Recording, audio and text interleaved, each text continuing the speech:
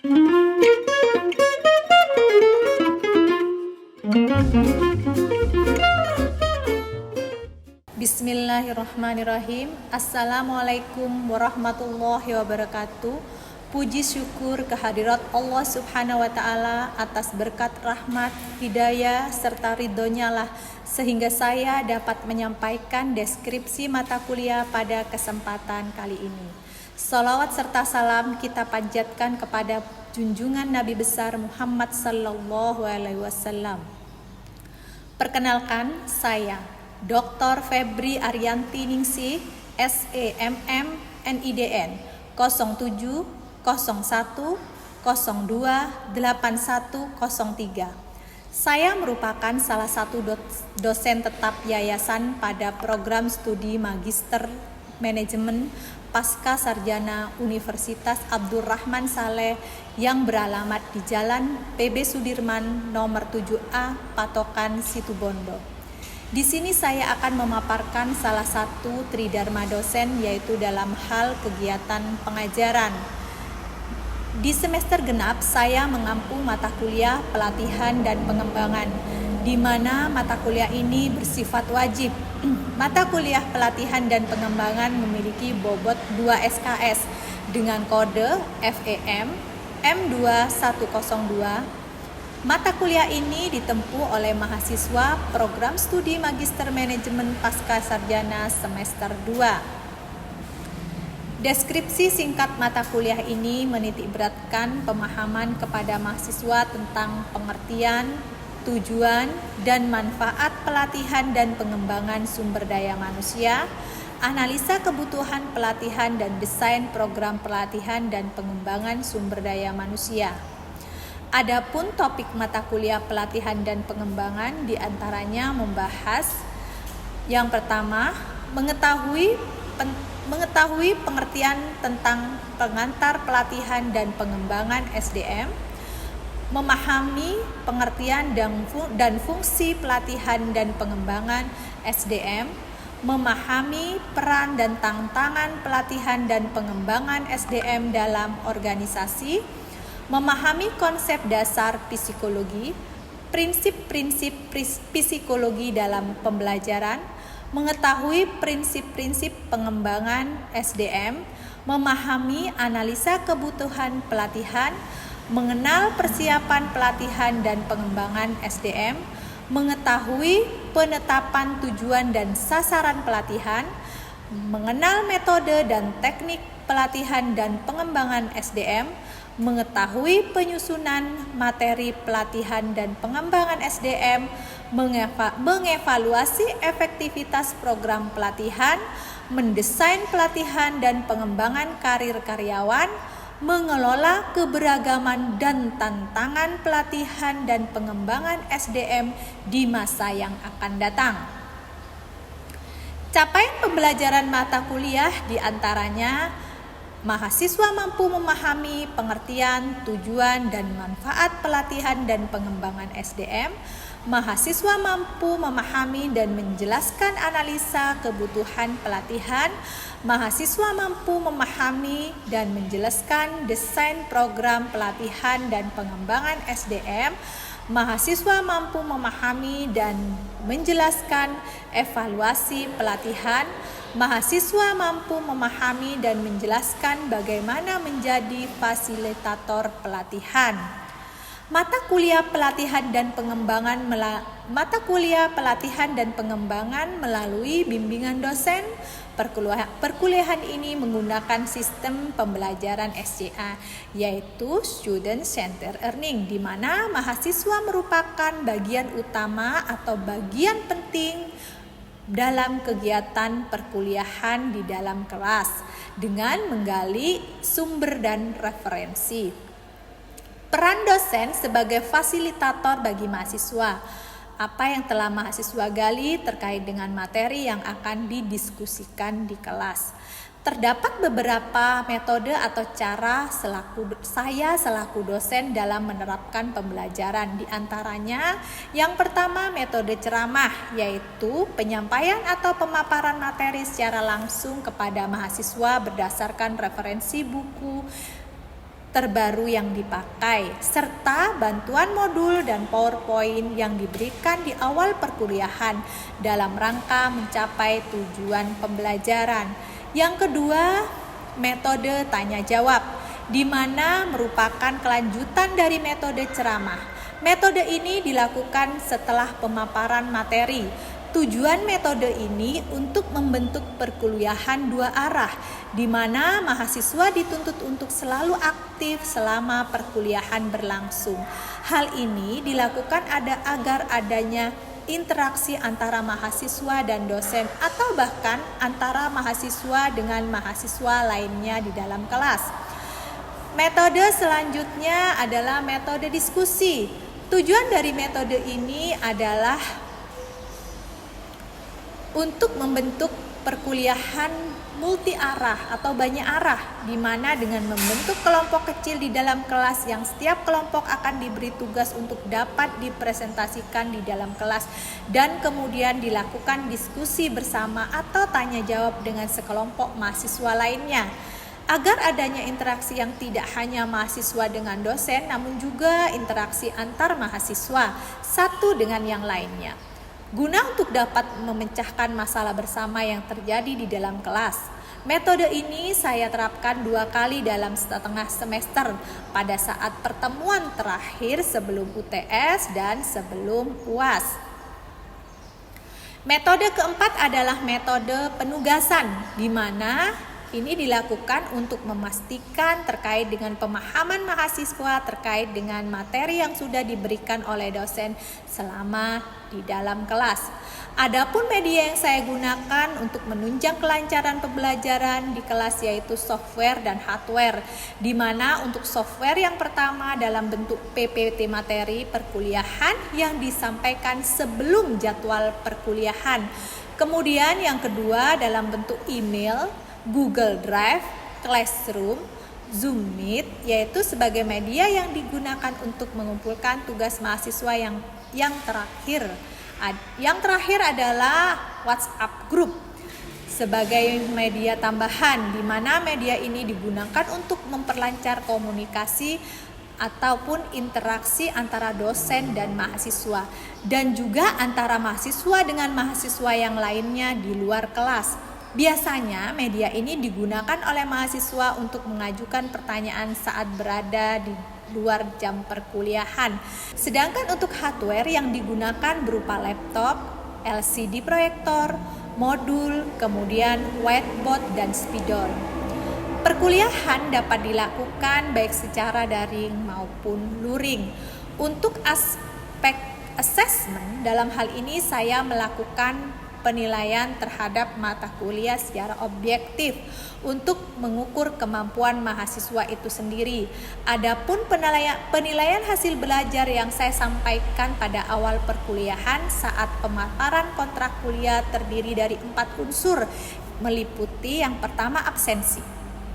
Absensi ini mahasiswa diperbolehkan untuk tidak hadir, baik untuk alasan sakit, izin, ataupun tanpa keterangan, hanya maksimal sebanyak 3 kali pertemuan, atau dalam artian kehadiran mahasiswa minimal 75%. Tugas yaitu meliputi tes dan non-tes, di mana untuk tes yaitu berupa penugasan atau soal yang diberikan secara individu kepada setiap mahasiswa dalam bentuk soal uraian, sedangkan untuk yang non-tes yaitu berupa tugas kelompok, baik dalam bentuk presentasi ataupun diskusi kelompok.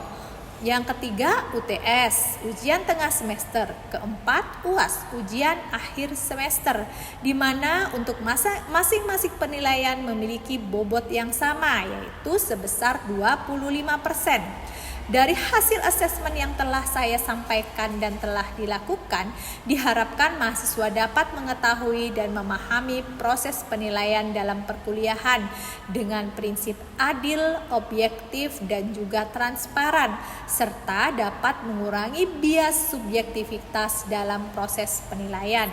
Demikian pemaparan deskripsi mata kuliah, pelatihan, dan pengembangan yang dapat saya sampaikan. Selanjutnya akan ada video pada saat proses pembelajaran di kelas. Terima kasih. atas perhatiannya. Wassalamualaikum warahmatullahi wabarakatuh.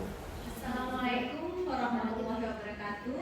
Waalaikumsalam warahmatullahi wabarakatuh. Selamat pagi, salam sejahtera untuk semua. Kali ini kita seperti biasa ya, untuk materi SDM. Minggu ini kita akan melanjutkan yang minggu kemarin. Sebelumnya kita berdoa terlebih dahulu. Berdoa dimulai.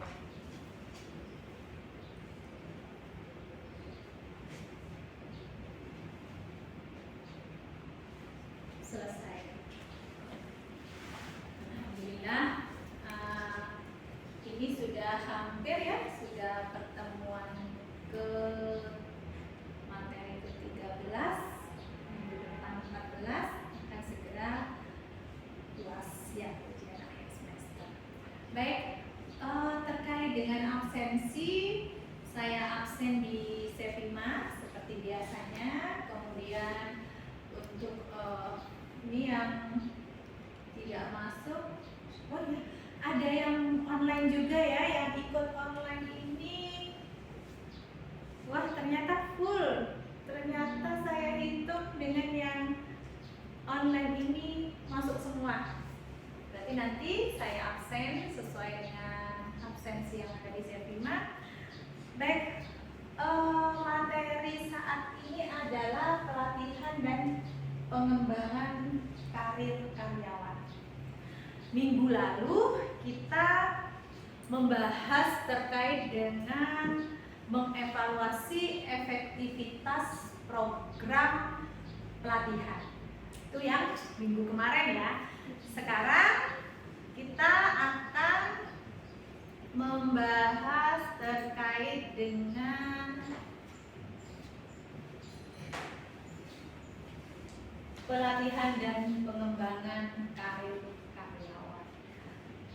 Kemarin sedikit kita sudah bahas terkait dengan pelatihannya, bagaimana pelatihannya yang disediakan. Nah, sekarang kita akan membahas terkait dengan pelatihan dan pengembangan karyawan itu sendiri.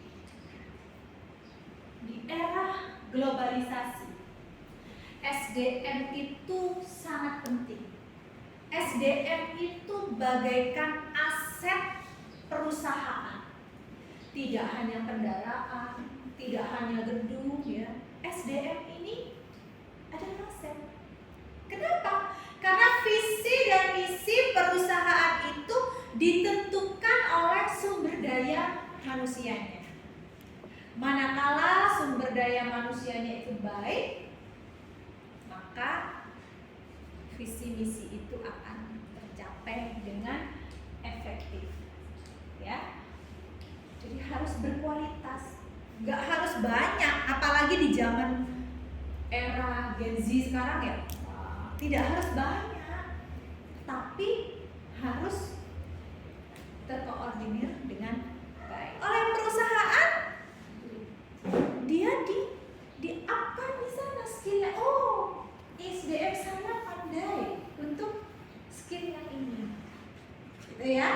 Nah, sehingga itu tidak hanya jangka pendek, jangka akan datang apa?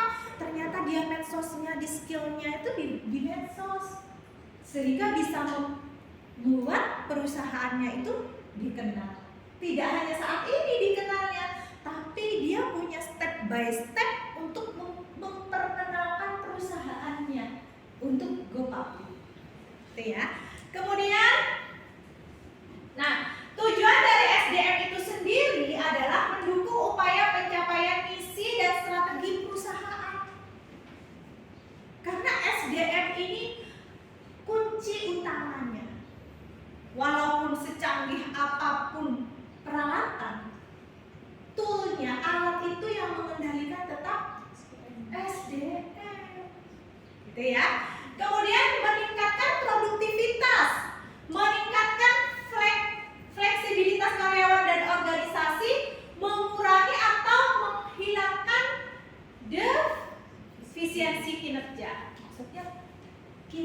itu yang tidak efisien itu.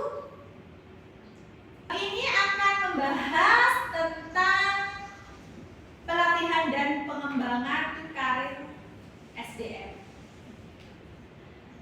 Jadi intinya adalah dalam melakukan tugas pekerjaannya, karyawan bisa saja mengalami kesenjangan dalam hal knowledge, skill, dan ability. Di sini akan kita tahu sejauh mana kemampuan dari karyawan. Kemudian career development adalah proses yang memang direncanakan untuk membantu karyawan mengembangkan karirnya melalui tahap-tahap dan jalur karir yang sudah ada.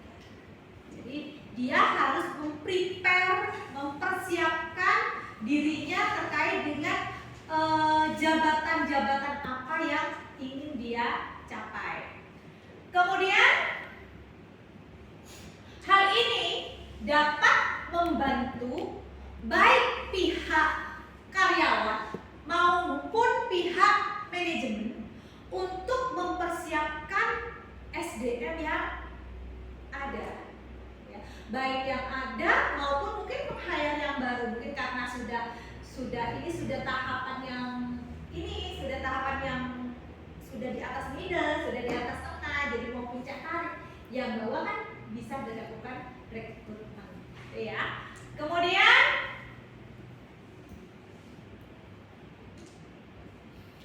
manajer karir, proses mengelola karir yang dilakukan oleh perusahaan terhadap karyawan untuk memenuhi kebutuhan organisasi baik jangka pendek maupun jangka panjang. Nah, dalam sebuah organisasi itu juga dibutuhkan pengkaderan. Mengkader nih, siapa yang kira-kira nantinya bisa pada posisi tertentu. Apakah manakala seseorang itu tidak ya? Kemudian, teori pengembangan karir. Mathis and Jensen mengatakan bahwa karir adalah serangkaian posisi yang berhubungan dengan pekerjaan yang dijalani oleh seseorang dalam kehidupannya. Dan setiap orang cenderung akan mengejar karirnya sampai kebutuhan individualnya terpuaskan. Gitu ya. Terkadang begini, kalau workaholic nih, suka gila kerja ya istilahnya ya. Kalau gila kerja nih, dia itu berupaya. Kan tiap orang memang beda-beda gitu ya. Tapi kita berbicaranya adalah karyawan yang optimis. Dia bagus, dia kompeten, punya integritas. Kemudian dia mempersiapkan. Dia tahu masuk perusahaan ini, masuk perusahaan A. Karir yang ia lihat apa? Gitu ya. Oke. Posisi saya masuk di situ adalah staff accounting. Bukan koordinator accounting, staff. Dari staff dia persiapkan dengan baik. Dia datangnya lebih awal, kemudian dia persiapkan segala macamnya dengan organisasi center karir itu dibedakan menjadi dua menurut Mathis and Jensen. Organization Center Career Planning. Jadi di sini karir itu ditentukan oleh perusahaan. Nah, pada saat dia contohnya begini, pada saat melamar pekerjaan kan ada biasanya kualifikasi ya. Nah, lulusan apa, kemudian IPK berapa, gitu ya, kompetensinya yang dimiliki apa, gitu ya. Kemudian dia berhak untuk duduk di mana, gitu ya. Ini yang menentukan planningnya ini adalah organisasi perusahaan. Dia yang menentukan karirnya SDM untuk penempatan. Bagaimana dengan yang ini? Bentar ya. Yang individual center karir. Ini individual center karir, dia dapat memposisikan dirinya. Untuk apa memposisikan dirinya? Saya ingin jabatan sebagai manajer, ya kan? Jabatan manajer itu kan ada syarat dan ketentuannya di dalam perusahaan. Jadi seseorang itu harus punya kriteria-kriteria yang telah ditetapkan oleh perusahaan. Contohnya, kalau biasanya yang saya tahu itu di dunia perbankan, kalau yang saya tahu berdasarkan undang-undang POJK, syarat untuk menjadi seorang direktur, feedback reality, umpan balik. Nah, di sini setiap karyawan memerlukan umpan balik atas setiap pekerjaan. Nah, di sini diukur juga kebetapannya dia. Nah, kalau self ini terkait dengan biasanya individu kan dia punya kelemahan, punya kekuatan gitu ya. Kemudian kalau ini feedbacknya, saya menurut individu, saya nih kurangnya apa? Dia bisa memperbaiki dirinya. Kelebihannya apa? Mungkin dia bisa meningkatkan pengetahuan atau kompetensi yang dia miliki. Setting career goal, tujuannya. Setiap individu itu punya tujuan masing-masing terkait dengan karirnya. Pelatihan merupakan sarana untuk meningkatkan motivasi karyawan, memupuk rasa kebersamaan, dan melepaskan kejenuhan dan ketegangan selama bekerja di kantor. Jadi pelatihan itu juga sangat berfungsi. Fungsinya apa? Pekerjaan-pekerjaan yang monoton di kantor itu bisa juga membuat seseorang itu jengah atau tidak enak gitu ya. Dia, aduh kerjaanku kok begini sih. Nah, dengan adanya pelatihan mungkin bisa dilakukan di dalam kantor ataupun di luar kantor, gitu ya. Pelatihan baik itu untuk pelatihan terkait dengan tugas dan tanggung jawabnya atau dengan karirnya atau di luar itu. Biasanya mungkin untuk mengurangi rasa jenuh di kantor ya, atau ada outbound di sana, sembari ada pelatihan, ada outbound di sana. Itu juga berpengaruh terhadap psikologis. Oke, dari penjelasan saya tadi ada yang bertanya? Silakan. Oh ya, Mas Andi, silakan. Baik, dari penjelasan yang disampaikan dari awal, SDM itu adalah aset utama bagi perusahaan. Ya, benar. Tentunya sebelum aset itu menjadi milik utama dari perusahaan dalam forum SDM, bagaimana seorang manajer itu untuk mengetahui SDM tersebut itu cocok berada di posisi bagian apa? Mengingat di setiap perusahaan terkadang latar belakangnya perusahaan dari SDM tersebut itu terkadang tidak sesuai dengan posisi yang diberikan. Oke. Terima kasih atas pertanyaannya, baik sekali pertanyaan tersebut.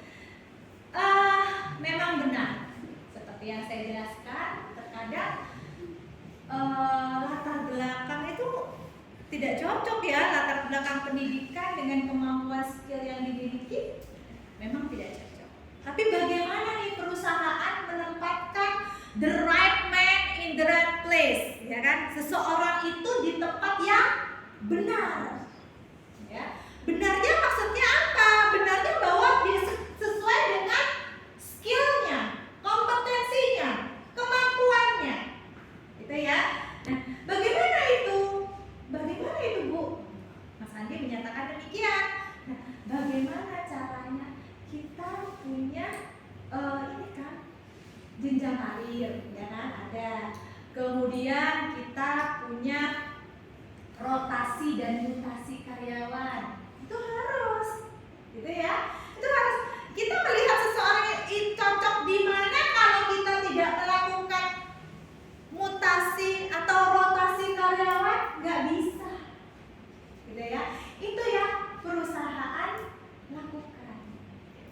Mungkin tadinya dia di marketing, ternyata dia suka buat konten. Konten apa nih dia buatnya? Konten pada saat dia jualan produk, ya kan? Oh, ternyata ini jangan ditaruh di marketing untuk jualan produk. Ternyata dia bisa IT. Kita taruh di marketing, memang marketing, tapi dia udah IT untuk pemasaran, bukan menjual produk. Gitu ya Mas ya. Jadi rotasi dan mutasi itu juga sangat penting sehingga perusahaan tahu apa yang menjadi kelebihan kekuatan dari SDM tersebut. Oke ya. Baik, itu terkait dengan pertanyaan. Nah, sekarang saya dong yang bertanya. Tadi saya sudah menjelaskan apa itu karir organisasi, apa itu karir. Ya, silakan Kak. Bu, jadi saya akan menjawab pertanyaan terkait perbedaan karir individu dan karir organisasi. Untuk yang karir organisasi yaitu karir yang ditentukan oleh perusahaannya sendiri. Kemudian yang karir individu ditentukan oleh SDM perusahaan yang mempersiapkan karir oleh SDM perusahaan tersebut yang mempersiapkan karir dari dirinya sendiri. Bagus sekali ya. Saya coba ulang bahas yang tadi. Jawabannya yang mana? Nah, bagaimana Bu? Itu ya. Untuk ya karir individu dan karir. Nah, ini. Nah, ini yang individu, kalau yang ini organisasi. Karir organisasi. Perencanaan karir yang terpusat pada organisasi berfokus pada pekerjaan dan diidentifikasi jalur karir yang menyediakan itu adalah perusahaan. Ya. Kemudian kalau yang ini, yang individual, berarti individu SDM itu sendiri yang dapat menilai dirinya sendiri. Itu ya, baik dari menilai dirinya sendiri, kemudian feedback terkait dengan kekurangannya itu apa. Kalau yang self assessment itu kekuatannya, weakness-nya dan strength-nya. Kemudian kalau yang feedback-nya itu umpan balik terhadap. Baik, berdasarkan mata kuliah yang hari ini kita sampai yang kita bahas bersama di sini, SDM ini memang membutuhkan pelatihan dan pengembangan sumber daya manusia. Karena SDM itu sendiri merupakan aset perusahaan untuk mencapai visi dan misi perusahaan. Bagaimana cara mempersiapkan SDM itu sendiri? Baik dari segi perusahaan yang mempersiapkannya untuk keberlangsungan perusahaan, dari segi jenjang karirnya, atau SDM itu sendiri yang mempersiapkan jenjang karirnya, baik dari self-nya diri sendiri untuk mengukur kemampuan dirinya, kemudian juga terkait dengan feedbacknya, gitu ya. Kemudian tujuannya apa? Untuk mempersiapkan karir-karir yang ada di perusahaan, gitu ya. Mungkin itu saja di pertemuan kita kali ini. Kurang lebihnya saya ucapkan mohon maaf dan terima kasih. Wabillahi taufiq wal hidayah. Assalamualaikum warahmatullahi wabarakatuh. Waalaikumsalam warahmatullahi wabarakatuh.